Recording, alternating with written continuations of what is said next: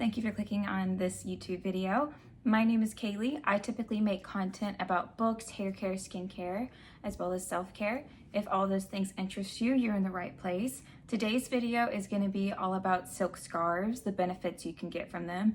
I'm also going to do demonstrations of how I personally use them to reap all of the benefits, especially at night, that you can get from using a silk scarf. What is the history behind this beautiful and timeless power accessory? Silk scarves have been worn since ancient times. In fact, their history dates back to 1300 BC, where ancient noble and royal Egyptians were wearing them. Queen Nefertiti, known for her beauty and elegance, was frequently wearing scarves around her iconic headdress. You will need to have your silk scarf ready and on hand. Satin will work too, but please make sure it is a credible manufacturer. Once your hair is brushed out and detangled, please start twisting your hair away from you, and then you can roll it into the bun counterclockwise. It should look like a cinnamon roll or donut-esque kind of shape, and you will grab your scrunchie to secure it. Next, you're going to get your scarf. You want to fold it like a bandana, where you will grab two opposite ends together like so. It's going to look like a big triangle as I demonstrate here, and then you're going to put this over your head. You want that pointed end to be sticking out at the back, and you can adjust it a little bit, preferably to where there's still some visibility.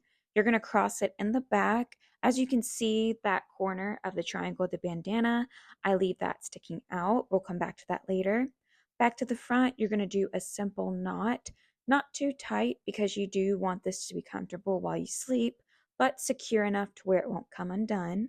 And then you're going to tuck in the ends that are sticking out right here. Once they are tucked in, we're going to go to the back of our head where we left that piece sticking out. You're just going to tuck that in right there. This will help secure the overall hairstyle and look. And here we are, the finished product. If you're a side sleeper, you're going to love this. The history of silk scarves goes back to ancient China, where silk was discovered over 5,000 years ago. It is considered to be a very luxurious and valuable symbol, and still is in current date.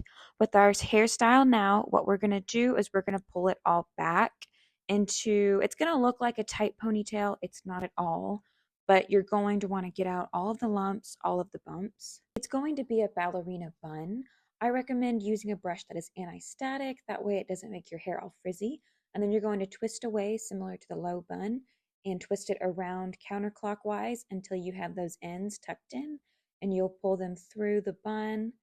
And you can secure it with a scrunchie or with a claw clip. If you do, make sure it is a claw clip that is not too big so it doesn't get in the way whenever you sleep.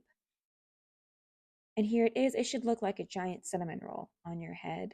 I normally secure my hair with a scrunchie and a claw clip. Get your scarf ready. Same thing. We're just going to fold it into a bandana shape. It's going to look like a big triangle like this. And you're going to see me put it over my head. It's actually a mistake. It is going to be the opposite of how we have been tying our hair. Hi, medieval priestess here. Instead of crossing them in the back, we're going to cross them in the front of our head. So same with that middle portion. We're just going to leave that alone. Make sure you have some sort of visibility so you can get a feel and see what you're doing. And you're going to bring those two parts of the scarf, the corners, to the back. And instead of tying it to the front, like with our other hairstyles, we are going to secure it in the back. Same thing with the loose knot because you're going to be sleeping on this, so we want it to be comfortable. Now back to that middle section. What you want to do is tuck it into one of the folds, not this first one. That one was not secure. It's going to be the second one where you can see that big cross. That's where it's going to be the most secure. This is a great style for back and side sleepers. In Japan, the traditional silk scarf is called furoshiki and is used as a convenient way to carry things, such as loads of books or protecting a tall glass of sake bottle on its journey to a picnic in the park. What I love most about these scarves is how simple it is to undo them. Frizz, flyaways, cowlicks are no more. That is why I love using these scarves so much, is because they have really changed the overall health of my hair, and it really helps to protect your hair and to give it a beautiful shine.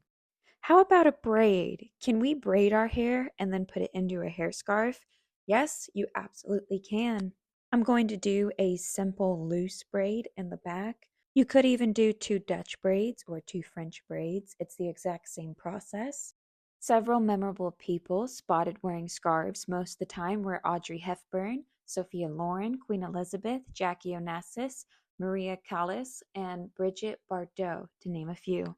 Once you are ready to secure your hair at the bottom, I would recommend using a non-elastic just because it's going to create the least amount of friction, it's going to prevent split ends, and it's going to prevent your hair from breaking off. Once you secure that non-elastic, what you're going to do is you're going to get your scarf ready, and we're going to get it in that same bandana, or as I like to call it, the big triangle shape. This is just like with the low bun, where we're going to flip it to the back of our head, and you want to adjust it how you want it to lay on the front part. And with the two sides of the scarf, we're going to cross them in the back.